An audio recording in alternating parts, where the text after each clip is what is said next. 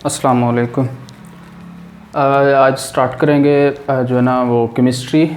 तो केमिस्ट्री का chapter number 1 fundamentals of chemistry. तो केमिस्ट्री की जो बुनियादी चीज़ें हैं वो कौन कौन सी हैं, उसके फंडामेंटल्स कौन कौन से हैं, तो इन चीज़ों के बारे में हम देखेंगे। तो इस चैप्टर के अंदर हम बेसिक जो टॉपिक्स को स्टडी करेंगे वो जो है ना, एक तो इंट्रोडक्शन हो जाएगा केमिस्ट्री का कि केमिस्ट्री है क्या चीज़, उसके साथ जो है ना वो ब्रांचेस ऑफ केमिस्ट्री पढ़ेंगे, basic definitions, chemical species, Avogadro number and मोल की स्टडी करेंगे, और जो है ना वो केमिकल कैलकुलेशन को स्टडी करेंगे। तो इंट्रोडक्शन के अंदर सबसे पहले चीज़ है कि हमें पता है कि the chemistry is the branch of science. ठीक है, तो इससे पहले हमें साइंस का पता होना चाहिए कि साइंस क्या है। Science that's the knowledge which helps to us to understand the nature, कि एक ऐसा इल्म जो हमें नेचर को समझने के लिए जो है ना अंडरस्टैंड करने के लिए नॉलेज प्रोवाइड किया जाता है। इसको जो है ना वो किस तरह जो है ना वो दुनिया बनी किस तरह है, ये वर्क किस तरह कर रही है, तो ये हाउ इट्स वर्क्स, तो ये सारी जो है ना ये साइंस कहलाता है। तो आइए थोड़ा सा इंट्रोडक्शन पढ़ लेते हैं पहले केमिस्ट्री का, कि केमिस्ट्री का इंट्रोडक्शन क्या है, केमिस्ट्री में हम क्या चीज़ किस चीज़ को हम जो है ना वो स्टडी करेंगे।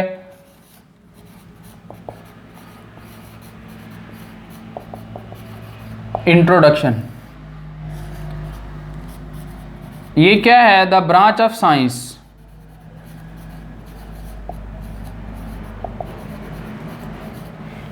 ये तो एक साइंस की शाख है, लेकिन इस शाख के अंदर हम किस चीज़ के बारे में पढ़ते हैं जिसमें हम स्टडी करते हैं, the branch of science in which we study about. किसकी अबाउट हम स्टडी करते हैं?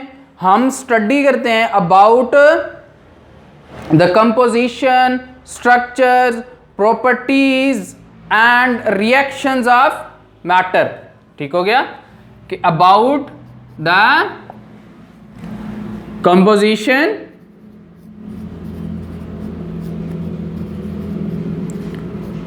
Structures,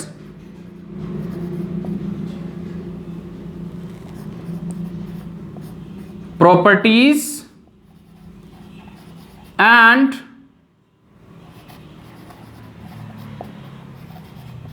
reactions of the matter. कि जो हमारे पास मैटर है, उस मैटर की कंपोजिशन क्या है, बना हुआ किस चीज से है, उसकी साख्त किस तरह की है, उसकी खुसूसियत कौन सी है, और उसके रिएक्शंस कौन से हैं। तो इस चीज को स्टडी करना, जिस साइंस की जिस शाख में हम स्टडी करेंगे, दैट्स ब्रांच, दैट्स शाख, वो शाख क्या कहलाएगी? केमिस्ट्री कहलाएगी। That's branch is called as chemistry. समझ आ गई? अब ये इसके अंदर हम जो है ना जिंदगी के हर पहलू के बारे में डिस्कस कर सकते हैं, एवरी एस्पेक्ट ऑफ लाइफ के बारे में जो है ना वो डिस्कस कर सकते हैं। तो यहाँ पे जो है ना साइंस के अंदर डेवलपमेंट और टेक्नोलॉजी के अंदर डेवलपमेंट जो है ना बहुत सारी जो है ना हमें फैसिलिटीज़ दी हैं रूटीन की ज़िंदगी के अंदर, डेली लाइफ के अंदर।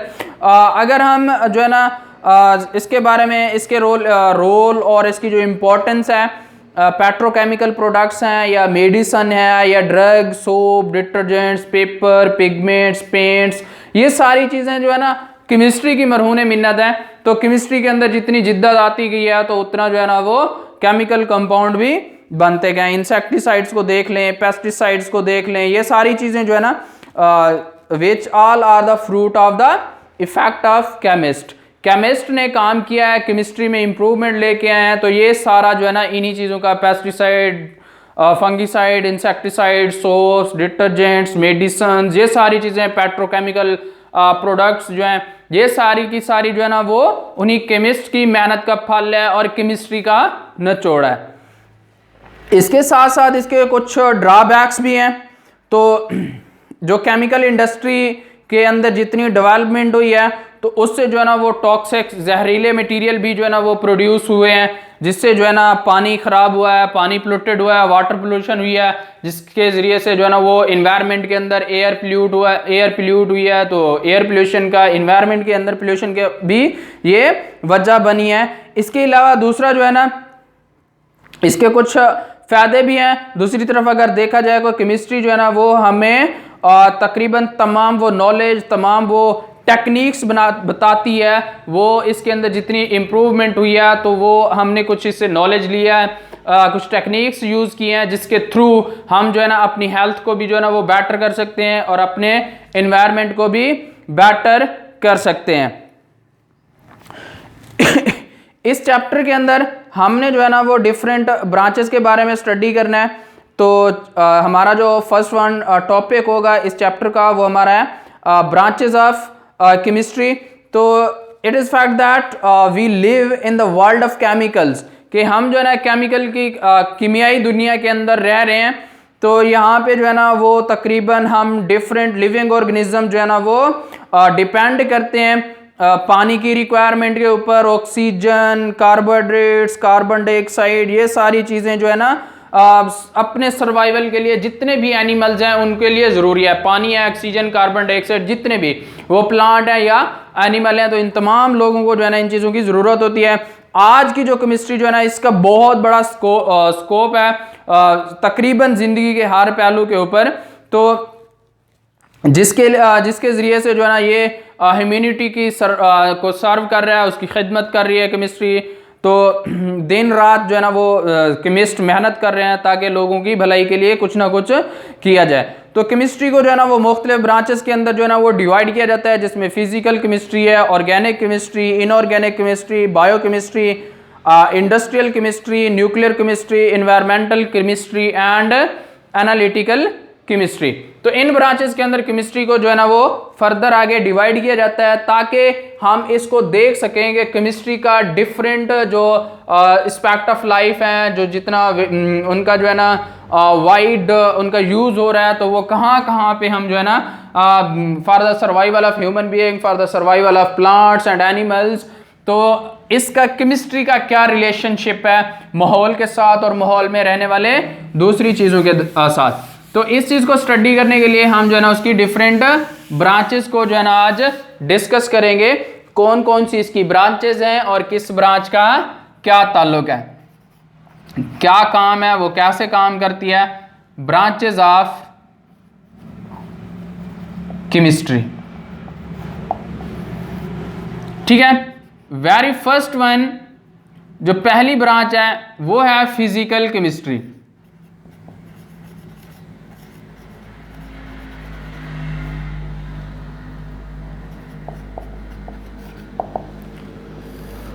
फिजिकल केमिस्ट्री के अंदर हम किस चीज़ को स्टडी करते हैं? फिजिकल केमिस्ट्री फिजिक्स स्ट्रक्चर के हवाले से होता है। जितना भी जहाँ पे भी आप फिजिक्स के बारे में पढ़ेंगे तो फिजिकल जो है ना वो स्ट्रक्चर के बारे में होता है। तो फिजिकल केमिस्ट्री क्या होती है? The branch of chemistry that deals with the study of relationship between the composition उसकी जो बनावट है,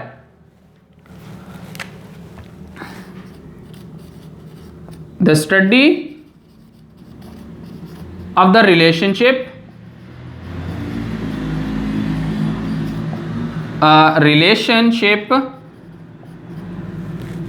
of the composition and structure, composition and structure and physical properties of the matter.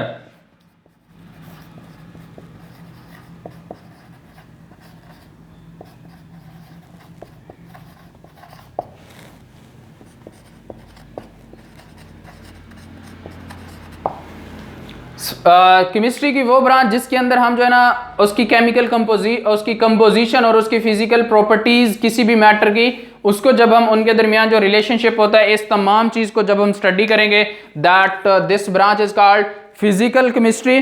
तो इस फिजिकल केमिस्ट्री के अंदर जो है ना along with the changes in दम, तो इनके अंदर जब ये जो मैटर है, इस मैटर के अंदर जो चेंज आता है ठीक है, उस चेंज का उसकी कंपोजिशन क्या रहती है, चेंज आने के पहले क्या थी, बाद में क्या थी, उसकी फिजिकल प्रॉपर्टीज पहले क्या थी, बाद में क्या थी, तो वो सारी की सारी जो है ना वो किस में आती हैं, फिजिकल केमिस्ट्री में आती हैं।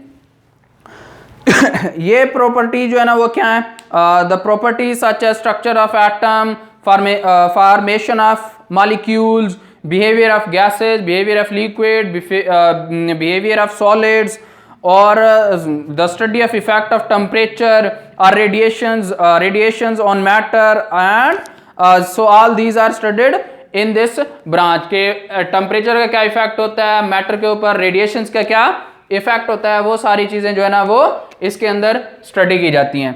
तो दूसरी जो ब्रांच है ऑर्गेनिक केमिस्ट्री। क्या चीज,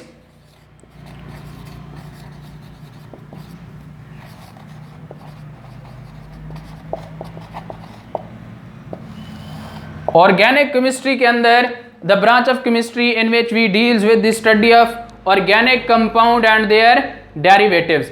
अब वो study of organic compound and there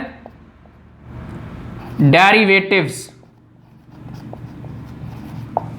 जो ऑर्गेनिक कंपाउंड होते हैं, ऑर्गेनिक कंपाउंड कौन कौन से होते हैं, कंटेनिंग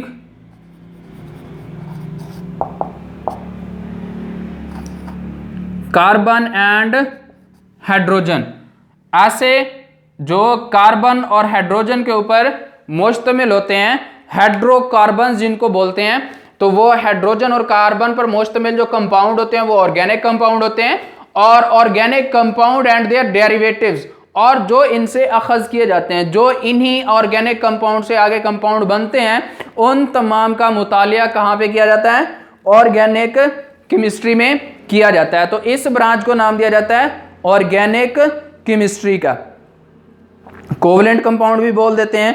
तो organic compounds occur naturally and are also synthesised in the laboratories. ये नेचर में भी पाए जाते हैं और लेबोरेटरी के अंदर भी इनको जो है ना वो तैयार किया जा सकता है। तो हम इनकी जो है ना स्ट्रक्चर और प्रॉपर्टीज को डिटरमाइन कर सकते हैं, जो कि नेचुरली अकरिंग होते हैं, और जो सिंथेसाइज कंपाउंड होते हैं उनकी सारी जो है ना उनके जो है ना वो जो ऑर्गेनिक केमिस्ट होते हैं, तो वो नेचर के अंदर पाए जाने वाले और लेबोरेटरी के अंदर जो तैयार किए जाते हैं उनकी तमाम जो है ना स्ट्रक्चर के बारे में जो है ना वो डिटरमाइन करते हैं और उनकी प्रॉपर्टीज के बारे में भी बताते हैं।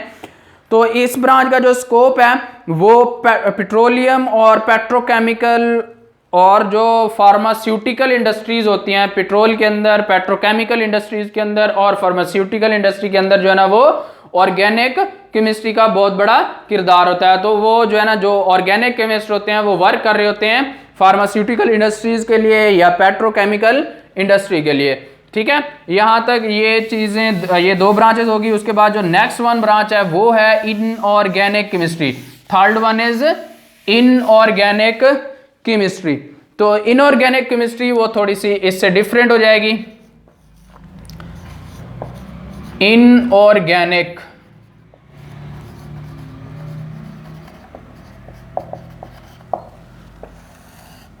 इनऑर्गेनिक क्या है? इनऑर्गेनिक मींस के ऐसे कंपाउंड जो हाइड्रोजन और कार्बन के अलावा हों। तो तमाम all the study of all the elements, all the compounds and their derivatives except किसके?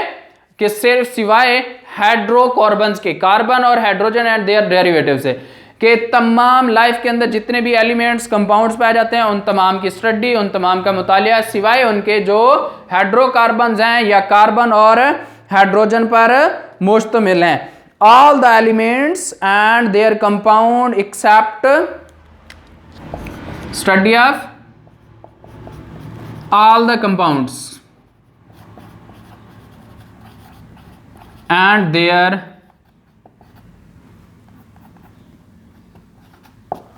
derivatives except hydrocarbons.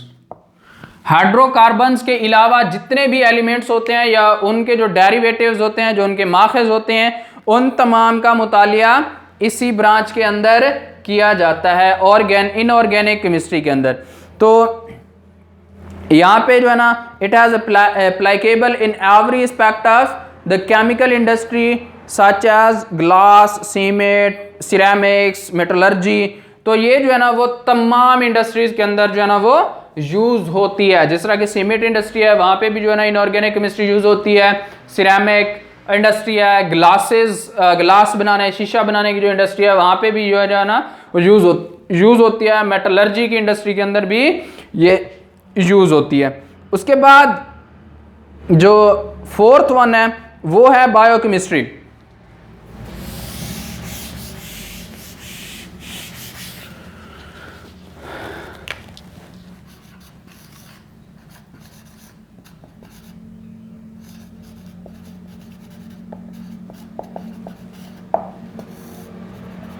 बायोकेमिस्ट्री क्या है कि वो केमिकल प्रोसेस जो लिविंग ऑर्गेनिजम्स के अंदर हो रहे होते हैं उन तमाम का मुतालिया करना वो बायोकेमिस्ट्री कहलाता है। तो the branch of chemistry in which we deals with the study of structure, composition and chemical reactions of the substances. कौन से substances? Study of structures, composition and reactions। किसका? of the substances। कौन से substance? which are occur, जो के पाए जाते हैं, which are found।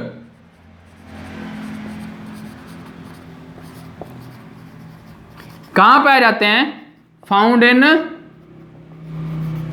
Living organisms, जो कि जिंदा जानदारों के अंदर पाए जाने वाले सब्सटेंस होते हैं। उन सब्सटेंस के रिएक्शंस, उनकी कंपोजिशन और उनकी स्ट्रक्चर्स के बारे में स्टडी करना, this branch is called biochemistry. तो ये क्या करता है? ये तमाम एलिमेंट्स को, तमाम जो है ना केमिकल प्रोसेस को जो है ना वो कवर अप करता है, जो कि एक लिविंग ऑर्गेनिज्म के अंदर हो रहे होते हैं। जैसा कि फोटोसिंथेसिस का प्रोसेस होता है या मेटाबॉलिज्म चल रहा होता है बायोकेमिकल बायोमॉलिक्यूल्स का, जैसा कि कार्बोहाइड्रेट्स का मेटाबॉलिज्म चल रहा होता है, प्रोटीन्स जो है ना प्रोटीन बन रहे होते हैं, प्रोटीन टूट रहे होते हैं, फैट्स का। तो ये सारा जो है ना इसी बायोकेमिस्ट्री के अंदर हम स्टडी करते हैं। तो बायोकेमिस्ट्री जो है ना वो एक सेपरेट जो है ना वो जो है ना डिसिप्लिन, एक सेपरेट असूल के, एक सेपरेट ब्रांच के तौर पर भी जो है ना वो हमारे सामने आया है। तो एक इसका पूरा एक पूरी वेस्ट जो है ना वो वाइड इंडस्ट्री है बायोकेमिस्ट्री की। तो जिसके अंदर जो है ना वो साइंटिस्ट क्या कर रहे हैं, उन्होंने जो है ना स्टडी स्टार्ट कर दी है कि how living things obtain energy from food और how the fundamental biological changes occur during a disease. के जो जानदार हैं वो खुराक लेते किस तरह हैं, ठीक है, खुराक से एनर्जी किस तरह लेते हैं, और जो है ना उनको जब बीमारी होती है तो उनके अंदर बुनियादी तौर पर जो बियोलॉजिकल चेंजेस होती हैं वो कौन सी होती हैं। एप्लीकेशन ऑफ बायोकेमिस्ट्री जो है ना वो फील्ड ऑफ मेडिसिन में भी है, फूड साइंस में भी है और एग्रीकल्चर के अंदर भी जो है ना इसका बहुत सारा यूज होता है बायोकेमिस्ट्री का, ठीक है। उसके बाद फिफ्थ जो ब्रांच है वो है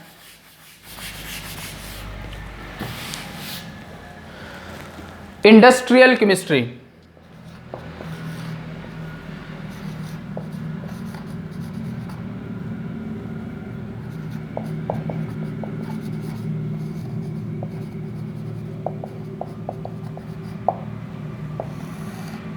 इंडस्ट्रियल केमिस्ट्री क्या है कि the branch of chemistry in which deals with the manufacturing of chemical compound, study of manufacturing of chemical compound. Chemical compound को मैन्युफैक्चर करने का मुतालिया किस चीज के, ऑन कमर्शियल स्केल।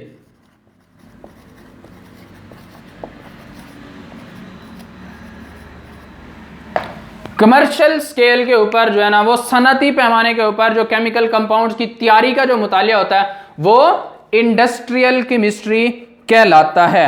तो यहाँ पे जो है ना वो बेसिक जो केमिकल्स होते हैं उनकी तैयारी के बारे में हम स्टडी करते हैं। वो बेसिक केमिकल्स कौन से हैं? ऑक्सीजन है, उसके अंदर जो है ना वो कार्बन डाइऑक्साइड है, उसके अंदर बहुत सारी और भी जो है ना कंपाउंड्स आ जाते हैं, अमोनिया है, कास्टिक सोडा और नाइट्रिक एसिड्स हैं, ये सारी चीज़ें जो है ना वो सल्फ्यूरिक एसिड है।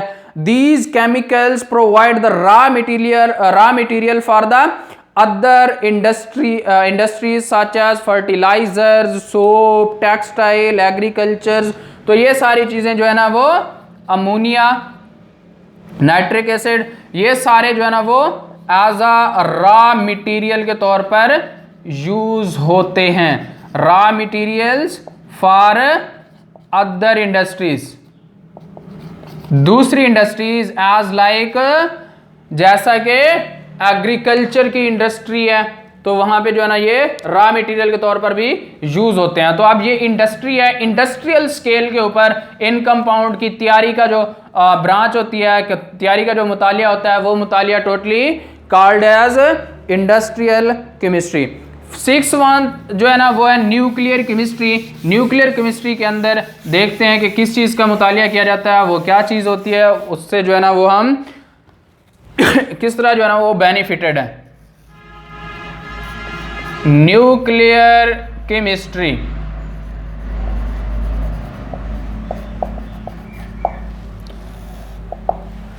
द ब्रांच ऑफ केमिस्ट्री के केमिस्ट्री की वो ब्रांच जिसके अंदर हम डील्स करें the radio activity, nuclear process and properties, जिसके अंदर हम किस चीज का मुतालिया करें? रेडियो एक्टिविटी का, जिसके अंदर हम पढ़ें न्यूक्लियर प्रोसेस का, study of radio activity,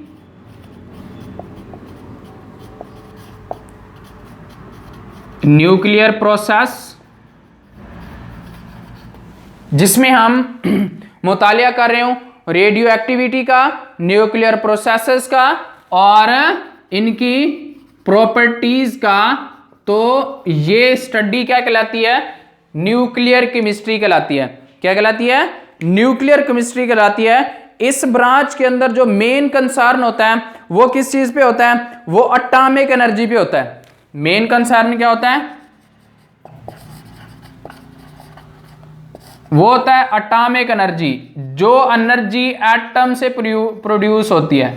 atomic energy जो है ना यहाँ पे मेन कंसर्न होता है। तो उस एटॉमिक एनर्जी का मेन कंसर्न जो है उससे क्या होगा कि and is it's uses in daily life. एक तो एटॉमिक एनर्जी किस तरह जो है ना वो प्रोड्यूस होती है, उसको हम डेली लाइफ के अंदर यूज किस तरह कर सकते हैं।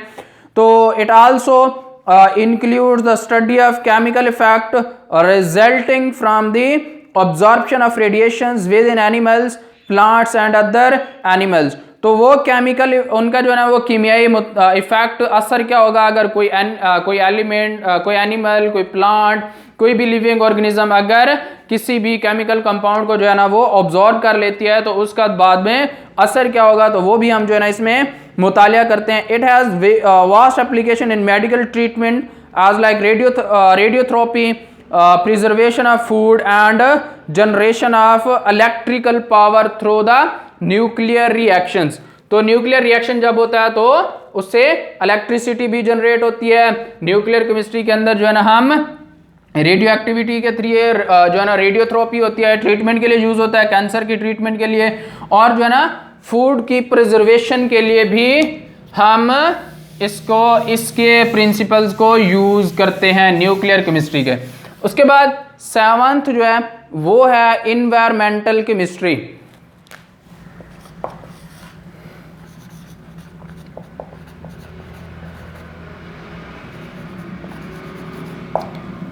इन्वायरमेंटल केमिस्ट्री के केमिस्ट्री का जो है ना वो ताल्लुक इन्वायरमेंट के हवाले से, माहौल के हवाले से किस तरह का है। कि हम स्टडी कर रहे होते हैं, study about the component of environment and the effect of human activity on, study करेंगे हम components of environment and the effect of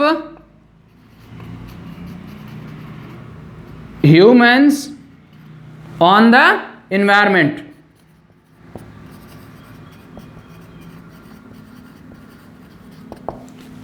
environment के कंपोनेंट और उन कंपोनेंट के ऊपर या उस एनवायरनमेंट के ऊपर जो ह्यूमन बीइंग्स का जो असर होगा, जो उनकी ह्यूमन बीइंग्स की एक्टिविटी के इफेक्ट्स होंगे, तो इसका मुतालिया एनवायरमेंटल केमिस्ट्री कहलाता है। It is also related to the other branches like biology, geology, ecology, soil and water. तो ये जो है ना वो पानी से, मट्टी से, इकोलॉजी से, जियोलॉजी से और जो है ना इन तमाम बायोलॉजी से भी जो है ना वो रिलेटेड है, मिली जुली हुई है।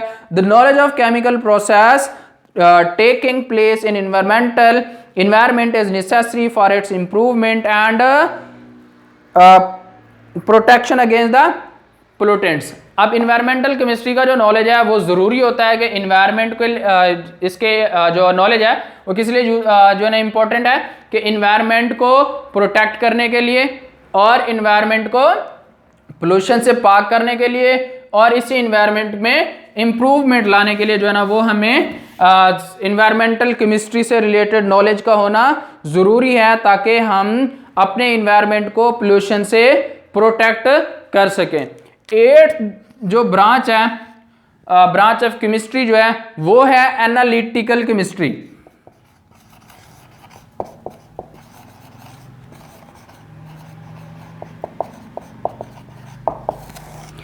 एनालिटिकल केमिस्ट्री मींस के एनालिसिस की बात हो रही है कि जो केमिकल कंपाउंड्स होते हैं उनका एनालिसिस करना, उनका तज्जिया करना, उन वो जो एनालिसिस है वो क्वालिटेटिव भी हो सकता है, वो क्वांटिटेटिव भी हो सकता है। Analytical chemistry is a branch of chemistry that deals with the separation and analysis of sample to identify its component. Study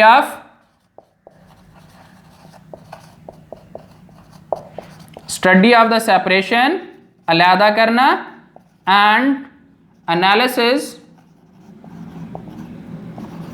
of the sample लेके अलहदा करके उसको एनालाइज करना, किस चीज के लिए? To identify its component.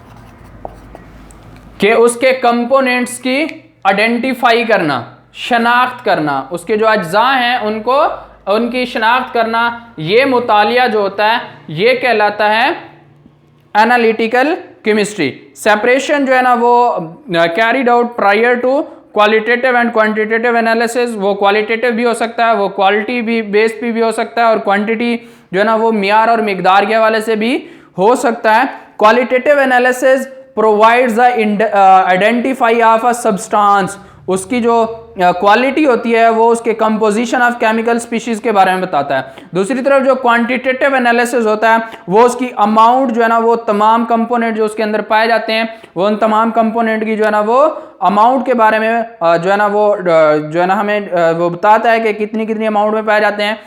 In this branch different techniques and instrument use for the analysis are studied.